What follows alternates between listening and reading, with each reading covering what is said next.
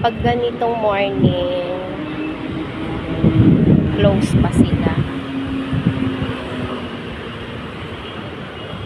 Kasi nga siguro busy pa yung mga tao.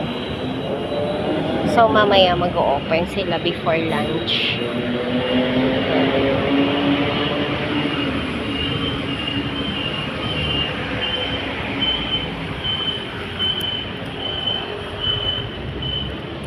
So busy day, busy morning, and I will go to Daiso. Yan o, yan.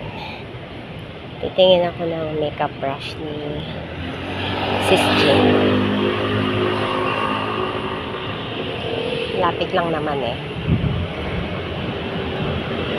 Buti na lang walang ulan, so pwedeng gumala. Busy si Jeffrey today. Kaya ayaw din bumangon ng anak ko. Ayaw niya sumama sa akin. Yan. See?